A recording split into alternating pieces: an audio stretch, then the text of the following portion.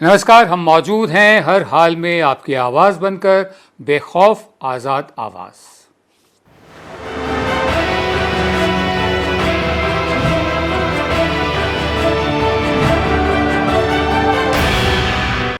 देश की education policy यानी शिक्षा नीति में 34 साल के बाद बदलाव किए गए हैं। मोदी कैबिनेट ने नई एजुकेशन पॉलिसी 2020 को मंजूरी दे दी है और मानव संसाधन विकास मंत्रालय, ह्यूमन रिसोर्स डेवलपमेंट मिनिस्ट्री जो थी, उसका नाम वापस शिक्षा मंत्रालय कर दिया गया है। नई एजुकेशन पॉलिसी के तहत 10+2 सिस्टम की जगह 5+3+3+4 करिकुलर लागू किया जाएगा। इसके तहत 3 से 6 साल का बच्चा एक ही तरीके से पढ़ाई करेगा। जो ई सिलेबस हैं वो जो क्षेत्रीय भाषाएं हैं, रीजनल लैंग्वेजेस हैं हमारी, उनमें विकसित किए जाएंगे। बोर्ड एग्जाम के लिए कहा गया है कि सिर्फ नॉलेज टेस्ट किया जाए, जो रटकर याद किया गया है उसे टेस्ट नहीं किया जाएगा। स्कूली बच्चों के रिपोर्ट कार्ड में 3 तरह के इवैल्यूएशन होंगे, मूल्यांकन होंगे, जिसमें पहला मूल्यांकन इवैल्यूएशन बच्चा खुद करेगा, दूसरा उसके सहपाठी करेंगे, तीसरा टीचर्स करेंगे। इस रिपोर्ट कार्ड में बच्चे की लाइफ स्किल पर भी हर बार चर्चा होगी। 2030 तक हर बच्चे के लिए शिक्षा जो है, तालीम, उसको सुनिश्चित करने का टारगेट रखा गया है। इसके लिए 3 से 18 साल के बच्चों के लिए तालीम जो है वो ज़रूरी कर दी गई है, कंपल्सरी कर दी गई है, अनिवार्य। सरकार ने तय किया कि अब जीडीपी का कुल 6% शिक्षा पर खर्च होगा। अभी देश की जीडीपी का 4.43% हिस्सा जो है वो शिक्षा पर खर्च होता था। देखते हैं शिक्षा मंत्री का क्या कहना है। रमेश पोखरियाल निशंक वो क्या कहते हैं। हमारे देश के प्रधानमंत्री ने एक नए भारत के निर्माण की बात की है, जो स्वच्छ भारत होगा, स्वस्थ भारत होगा, सशक्त भारत होगा, समृद्ध भारत होगा, श्रेष्ठ भारत होगा, एक भारत होगा। उस नए भारत के निर्माण में ये नई शिक्षा नीति 2020, ये तमाम बातें हम पिछले 6 साल से सुनते आ रहे हैं। मेरे साथ हैं गुरदीप सप्पल, मेरे सहयोगी। बहुत शुक्रिया गुरदीप आपका हमें समय देने के लिए। मेरा पहला सवाल ये है कि जीडीपी का 6% शिक्षा पर खर्च करने और साल 2030 तक सभी बच्चों को शिक्षा दिलवाने, सरकार के बड़े बड़े जो दावे हैं, इनको आप कैसे देख रहे हैं? विनोद जी, इन दावों, नई शिक्षा नीति का मूल्यांकन, इवैल्यूएशन भी कर दीजिए जरा। विनोद जी, ये जो शिक्षा नीति है बहुत व्यापक है और अभी इसकी पूरी डिटेल्स सामने नहीं आई हैं, तो एक लाइन में कहना बड़ा मुश्किल है।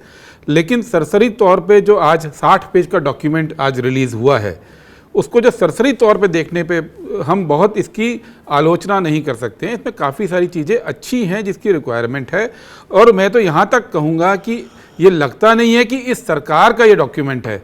इस डॉक्यूमेंट में जितनी बातें कही गई हैं उसका जो उद्देश्य बताया गया है कि इंक्लूसिव और प्लूरल सोसाइटी होनी चाहिए, ठीक है, कॉन्स्टिट्यूशनल वैल्यूज़ पे, तो बहुत सारी बातें ऐसी हैं जो इस सरकार के पिछले 6 साल से मैच नहीं करती।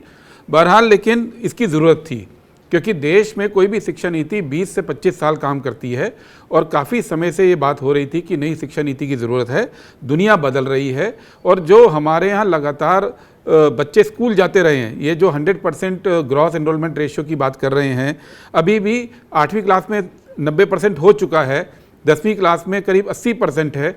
तो लोग, बच्चे स्कूल जा रहे हैं, लेकिन हम सब जानते हैं बहुत बड़ी संख्या में बच्चों को इवन लिखना पढ़ना भी 5वीं 6वीं क्लास में नहीं आता है। तो इस नीति ने उस सबको एड्रेस किया है, कोशिश की है कि जो शिक्षा का कॉन्सेप्ट है उसको बदला जाए, रटने की बजाय रिसर्च बेस्ड शिक्षा की जाए, जैसा कि अभी अंतर्राष्ट्रीय लेवल पे होती है।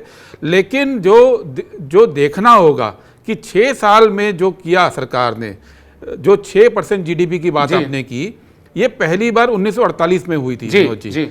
ये 68 में भी हुई, ये बीजेपी के 2014 के मैनिफेस्टो में भी थी। लेकिन पिछले 6 साल में लगातार खर्च कम हुआ है, बढ़ा नहीं है।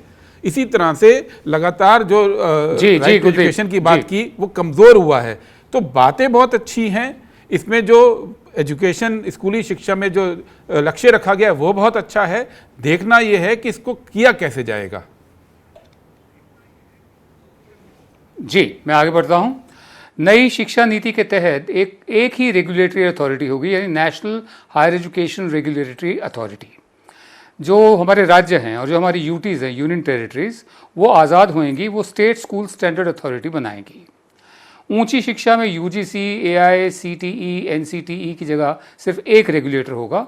कॉलेजों को ग्रेडेड ऑटोनॉमी देकर 15 साल में यूनिवर्सिटी से जुड़ने को पूरी तरह से ख़त्म कर दिया जाएगा। उसके अलावा मैं आपको और बताऊं क्या क्या है। जो रिसर्च में जाना चाहते हैं वो 1 साल के एमए के साथ 4 साल के डिग्री प्रोग्राम के बाद पीएचडी कर सकते हैं। इसके लिए एमफिल की ज़रूरत नहीं होगी। और जो लोग मौजूदा एमफिल कर रहे हैं उनका क्या होगा, ये एक बहुत बड़ा सवाल है इस वक्त। मल्टीपल डिसिप्लिनरी एजुकेशन में अब आप किसी एक स्ट्रीम के अलावा दूसरे सब्जेक्ट भी ले सकते हैं, यानी इंजीनियरिंग और संगीत दोनों को साथ साथ पढ़ सकते हैं। ऐसा विदेश में भी होता है। अगर आप किसी वजह से पढ़ाई को बीच सेमेस्टर में छोड़ते हैं तो अब मल्टीपल एंट्री और एग्जिट सिस्टम के तहत अधूरी पढ़ाई को भी पूरा कर सकेंगे। मल्टीपल एंट्री और एग्जिट सिस्टम में अब 1 साल के बाद सर्टिफिकेट, 2 साल के बाद डिप्लोमा और 3 या 4 साल के बाद डिग्री दी जाएगी। उधर नई शिक्षा नीति को लेकर विपक्ष मोदी सरकार की मंशा पर सवाल उठा रहा है। शिक्षा का जो है, शिक्षा हमारे कॉन्स्टिट्यूशन की पैरेलल सूची में है, तो ऑपोजिशन का ये कहना है कि सरकार की कोशिश है शिक्षा का सेंट्रलाइजेशन, केंद्रीकरण, सांप्रदायिककरण यानी कम्युनलाइज करना और व्यावसायिकरण, उसको एकदम कमर्शियल बनाने का है। इसमें देखते हैं विपक्ष के नेता क्या कह रहे हैं। क्या ये गांधी की आत्मनिर्भरता है कि फॉरेन यूनिवर्सिटीज आए, कैंपस खोले, अनअफोर्डेबल फीस हो? क्या हमने ये तय कर लिया है कि शिक्षा समृद्धि के चंद टापुओं तक सीमित रह जाए और असमानता के इस महासागर में सुध लेने वाला कोई ना हो? ब्लेटेंट कमर्शियलाइजेशन इसकी सबसे बड़ी हकीकत है। और उस हकीकत को अगर हमने दूर नहीं किया तो वो दिन दूर नहीं कि जैसे बीते वर्षों में हेल्थ सेक्टर में बाजार जिस प्रकार प्रवेश किया, शिक्षा में भी मैं उसका आगाज देख रहा हूं।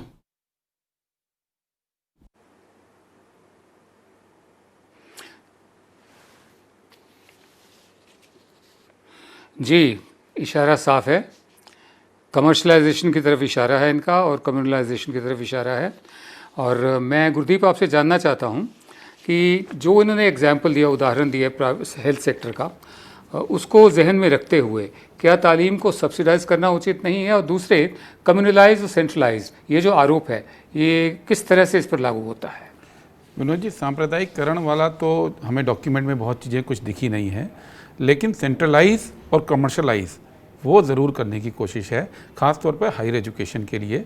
आप देखिए, जो कॉन्सेप्ट दिया सिंगल एंट्रेंस पूरे देश में होगा, सुनने में बड़ा अच्छा लगता है कि पूरे देश में एक ही एग्ज़ाम हो जिससे एडमिशन हो, लेकिन हमारे सामने नीट का उदाहरण है। और नीट जब आया तो गांव के बच्चे या उन भाषाओं के बच्चे जो कि अंग्रेज़ी या हिंदी में नहीं पढ़ रहे हैं वो पिछड़ गए थे।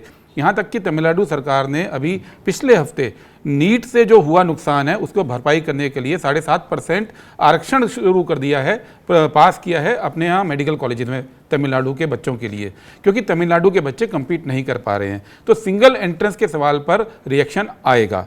इसी तरह से जो बात की गई कल प्रेस कॉन्फ्रेंस में कहा गया कि जो फीस है वो कैप कर दी जाएगी, यानी कि एक इंप्रेशन देने की कोशिश की कि शिक्षा महंगी नहीं होगी और फीस कैप होगी। लेकिन जब आज डॉक्यूमेंट सामने आया उसमें ये साफ लिखा हुआ है कि जो प्राइवेट कॉलेज हैं, प्राइवेट यूनिवर्सिटीज़ हैं, वो अपनी फीस तय कर सकते हैं, वो अपनी फीस कुछ भी तय कर सकते हैं। हाँ, 20% फ्रीशिप और 30% स्कॉलरशिप का एक गाइडलाइन दिया गया है। तो शिक्षा महंगी होगी, ये आप जब हमने डिटेल पढ़ी उसमें एक स्पष्ट हो गया है।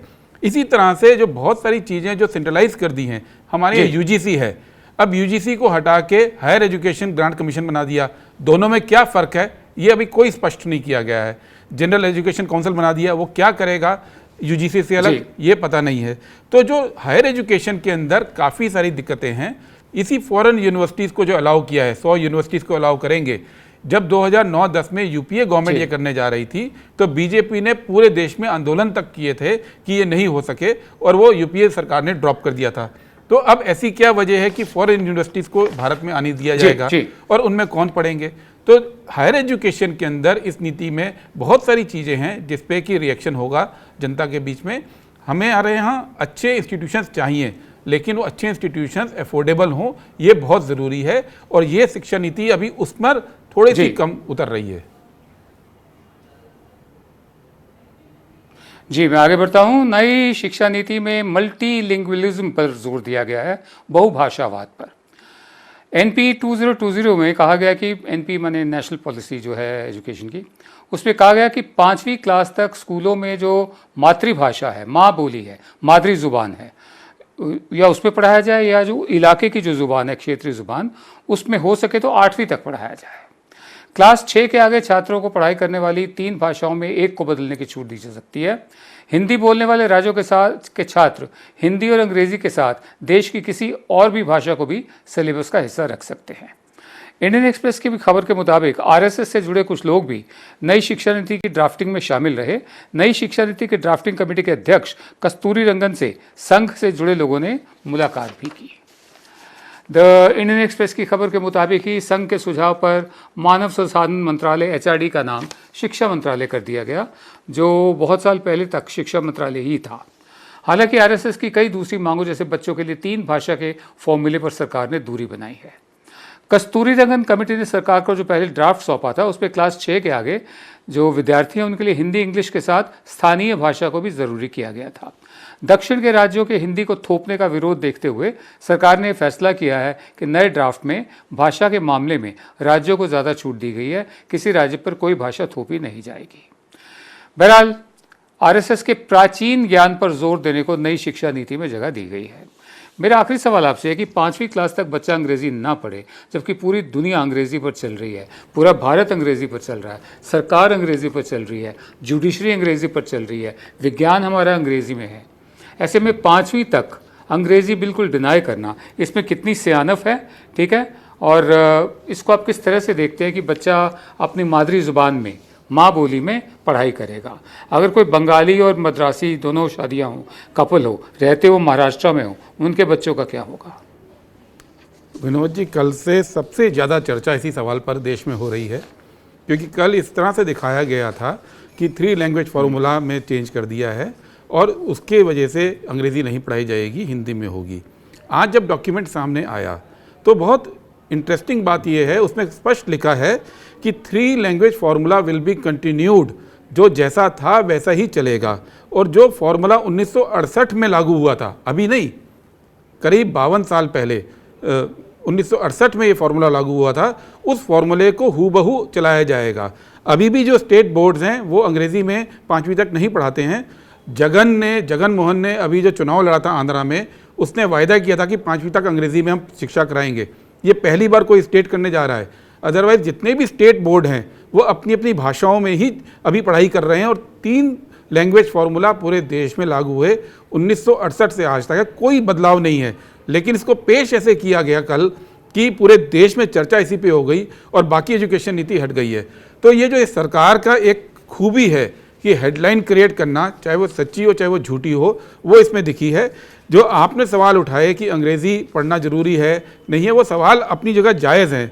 जहाँ तक इस नीति का सवाल है, कोई परिवर्तन नहीं हुआ है, जो चला आ रहा है वही चलेगा।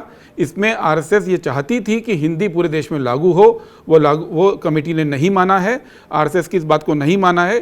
ठीक है, शिक्षा मंत्रालय कर दिया है, नाम बदलने से कोई फ़र्क पड़ता नहीं है। नीति आयोग भी हो गया था तो कोई फ़र्क इस देश में ऐसा दिखा नहीं लोगों को। अभी यूजीसी हटा के हायर एजुकेशन ग्रांट कमीशन कर देंगे तो नाम बदलने से कोई फ़र्क नहीं पड़ता। 3 लैंग्वेज फार्मूले में कोई परिवर्तन नहीं है। ये कल जो स्थिति बनाई गई थी भ्रम की, वो आज डॉक्यूमेंट पढ़ के बिल्कुल साफ हो गई है। जी गुरदीप, बहुत बहुत शुक्रिया आपका अपना समय में देने के लिए। सवाल कायम है कि जो मैकॉले ने शिक्षा पद्धति यहाँ पर इंट्रोड्यूस की थी, जिसके ज़रिए 2 किस्म के शिक्षा पद्धति यहाँ पर जो भारतीय हैं उनको क्लर्क बनाया जाए, हिंदी मीडियम में उनको पढ़ाया जाए या लोकल भाषा में पढ़ाया जाए, अंग्रेज़ी जो है वो पब्लिक स्कूल और कॉन्वेंट्स के लिए बनी रहे। ठीक है, एक भारतीय इलीट खड़ा किया जा सके, क्या वो कंटिन्यू, वो जारी रहेगा? बहुत बड़ा सवाल अभी भी बना हुआ है। आप देख रहे हैं विनोद दुआ लाइव। हम लेंगे ब्रेक के बाद हाजिर होते हैं।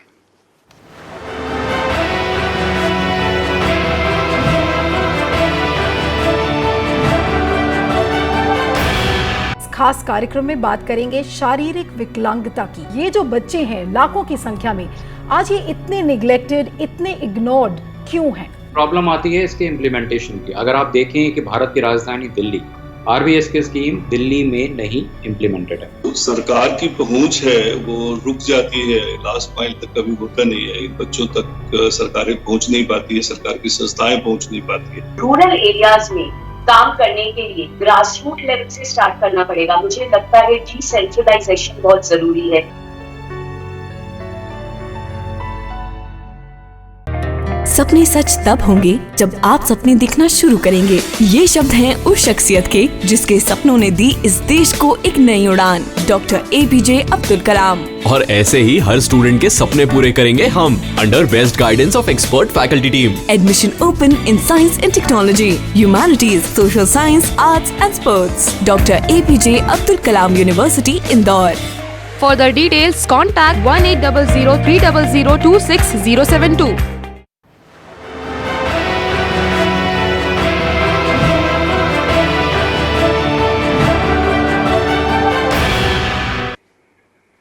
आप देख रहे हैं विनोद दुआ लाइव। हम आगे बढ़ते हैं। कांग्रेस की सहयोगी पार्टी एनसीपी के अध्यक्ष शरद पवार ने कांग्रेस के अध्यक्ष रहे राहुल गांधी को लेकर कुछ अहम बातें की हैं। एक टेलीविजन चैनल को इंटरव्यू में शरद पवार ने कहा कि राहुल गांधी को प्रधानमंत्री मोदी की आलोचना करने के बजाय कांग्रेस को फिर से खड़ा करने पर फोकस करना चाहिए। ये समय कांग्रेस की बागडोर संभालने का है। अब कांग्रेस की बागडोर संभालना और प्रधानमंत्री मोदी की आलोचना करना, क्या ये साथ साथ हो सकते हैं या नहीं? क्योंकि हर बात का जो श्रेय है, हर फैसले का जो केंद्रीकरण है, वो नरेंद्र मोदी ही लेते हैं, वो नरेंद्र मोदी ही करते हैं। तो ऐसे में उनकी आलोचना करने वाले भी कुछ होने चाहिए। बहरहाल शरद पवार का ये मानना है। उनका ये भी कहना है कि प्रधानमंत्री मोदी के खिलाफ राहुल गांधी की टिप्पणियों पर ये उनकी निजी राय हो सकती हैं टिप्पणियां, लेकिन जब आप किसी एक शख्स को व्यक्तिगत तौर से टारगेट करते हैं तो आपकी विश्वसनीयता घट जाती है। इसे टाला जाना चाहिए। अब वैसे ही बोलने वाली आवाज़ें बहुत कम बच गई हैं, 2-4 बच गई हैं। आगे की राजनीति को लेकर शरद पवार ने सलाह दी है कि राहुल गांधी को देश का दौरा शुरू कर देना चाहिए, कांग्रेस कार्यकर्ताओं से मिलना चाहिए, पार्टी के सभी नेताओं के साथ बात करनी चाहिए, उन्हें साथ लाना चाहिए। करीब 20 साल पहले कांग्रेस छोड़कर नई पार्टी बनाने वाले शरद पवार ने यह भी कहा कि कोई माने या ना माने, लेकिन कांग्रेस के लिए गांधीवाद एक मजबूत ताकत है। सोनिया गांधी कांग्रेस को साथ लाने में कामयाब रही हैं। अब कांग्रेसियों ने राहुल गांधी को भी स्वीकार कर लिया है। पवार ने कहा, वैसे कांग्रेस का अंदरूनी मामला है, लेकिन मुझे लगता है कि पार्टी की पूरी जिम्मेदारी फिर से राहुल गांधी को सौंप दी जानी चाहिए। मेरे साथ हैं वर्गीज़ के जॉर्ज साहब, आप एसोसिएट एडिटर हैं द हिंदू के। बहुत बहुत शुक्रिया जॉर्ज साहब अपना वक्त देने के लिए, हमेशा की तरह। मेरा पहला सवाल आपसे ये है कि शरद पवार ने राहुल गांधी को जो सुझाव दिए हैं शरद पवार ने राहुल गांधी को, उन्हें आप किस तरह से देखते हैं? आपकी प्रतिक्रिया क्या है?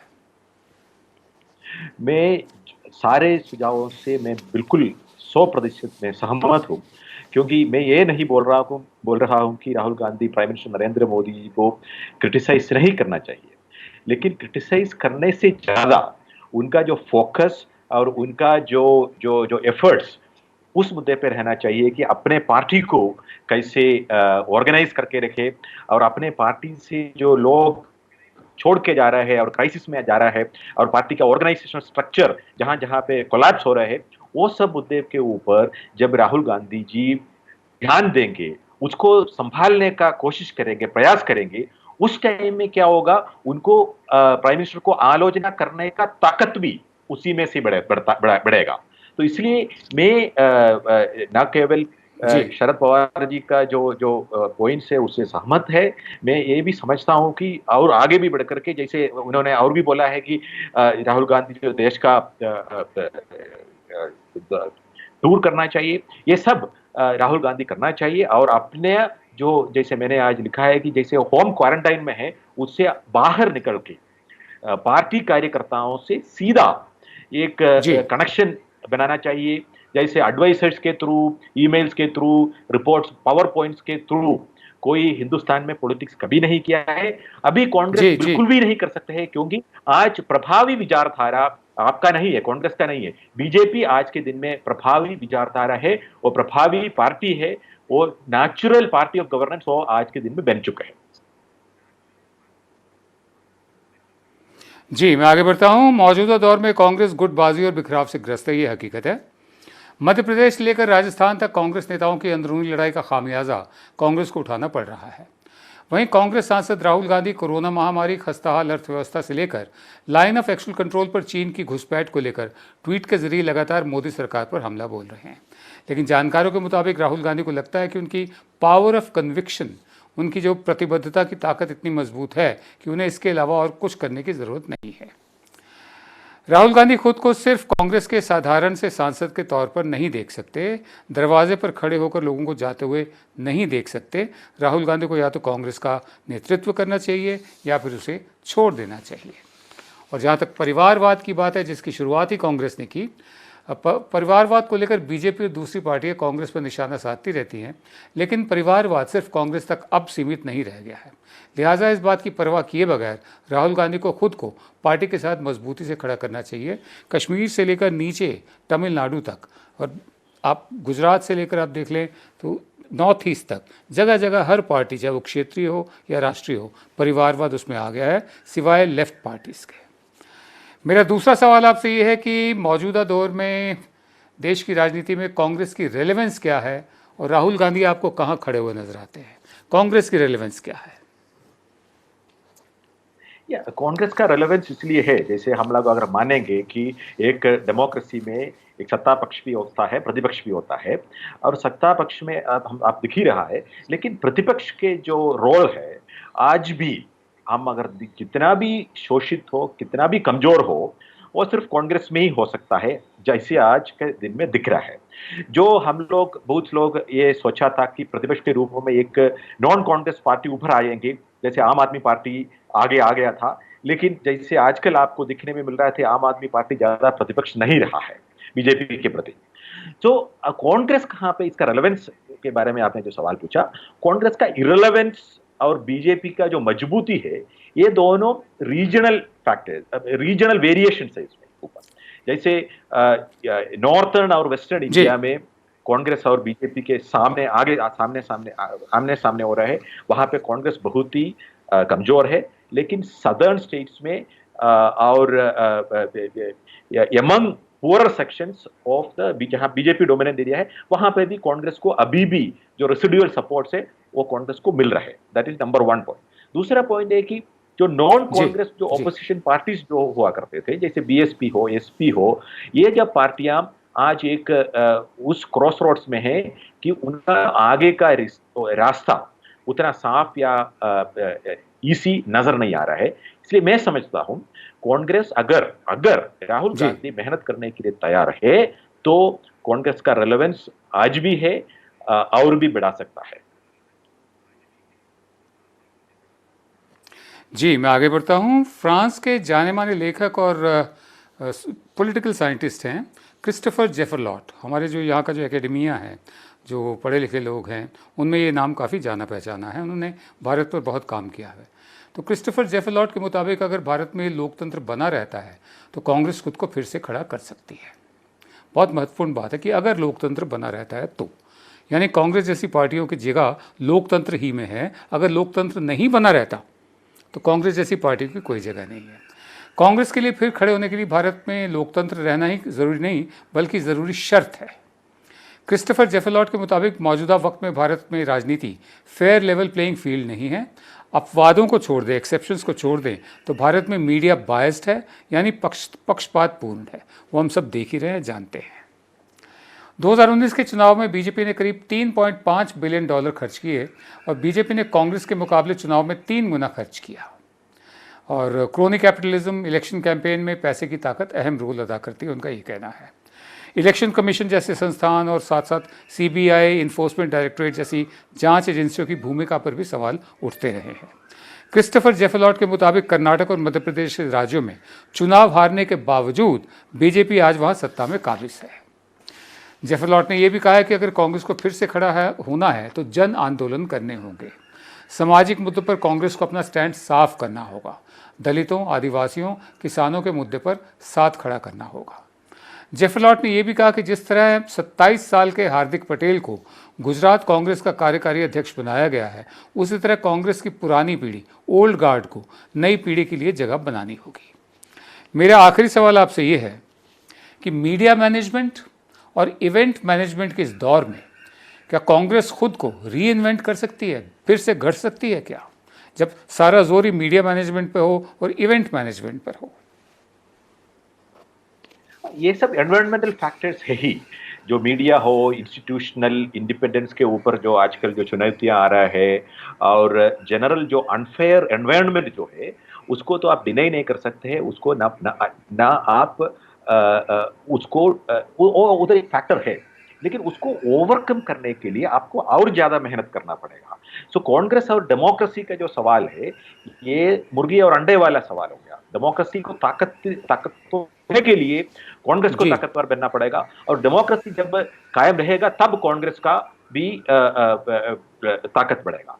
तो इसके लिए आप क्या कर सकते हैं, जैसे मैंने पहले ओपनिंग रिमार्क्स में डिस्कस किया, जो बीजेपी आजकल के दिन में प्रभावी है, बीजेपी की अब सत्ता है, कांग्रेस को ये रियलाइज करना चाहिए कि हम प्रतिपक्ष में हैं, हमारे पास सत्ता नहीं है, हमारा जो आइडियोलॉजी है, जो नेहरूवियन गांधीयन जो आइडियोलॉजी है, उसके प्रति जो सपोर्ट हुआ करता था एक जमाने पे, वो आज के दिन में नहीं है। इसलिए हमको मेहनत करना पड़ेगा, लोगों के बीच में जाना पड़ेगा, जैसे क्रिस्टोफ जाफरलोट ने बहुत जो बोला, मोबिलाइजेशन करना पड़ेगा, तब आप जाकर के अपने ताकत बढ़ा सकता है और डेमोक्रेसी को भी आगे बढ़ा सकता है।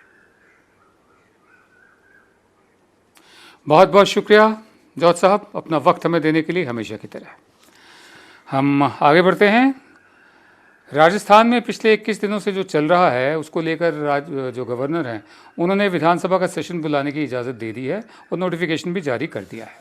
यानी अब मुख्यमंत्री अशोक गहलोत का पूरा फोकस 14 अगस्त से शुरू होने वाले विधानसभा सेशन को लेकर स्ट्रैटेजी बनाने में रहेगा, और जो राज्य की जो दूसरी ज़रूरतें हैं, प्रशासन है, वो ऑटो पायलट पर ही चलता रहेगा।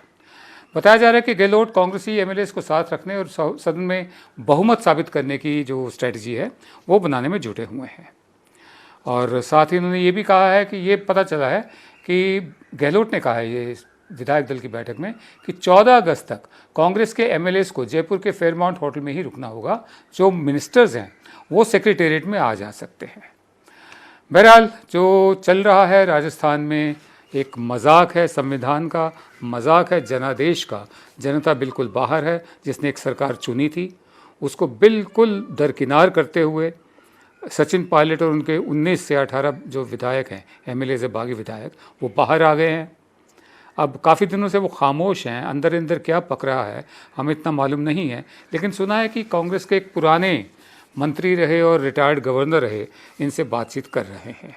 तो कुर्सी के लिए आप देखिए कि पूरे राज्य को भूल जाना, जनता को भूल जाना, राज्य की जो प्राथमिकताएं हैं उनको भूल जाना, दरकिनार कर देना सिर्फ कुर्सी के लिए, सत्ता के लिए, वो भी ऐसे समय में जब अर्थव्यवस्था, कोरोना और देश में जो सरहद है उस पर तनाव हो, ऐसे में कुर्सी के लिए झगड़ा करना, लूट झपट करना, बचाने के लिए कुछ भी करना, छीनने के लिए कुछ भी करना, बहुत ही शर्मनाक अध्याय है ये। आप देख रहे थे विनोद दुआ लाइव। सोमवार रात आपसे फिर मुलाकात होगी, तब तक के लिए इजाज़त दीजिए, नमस्कार।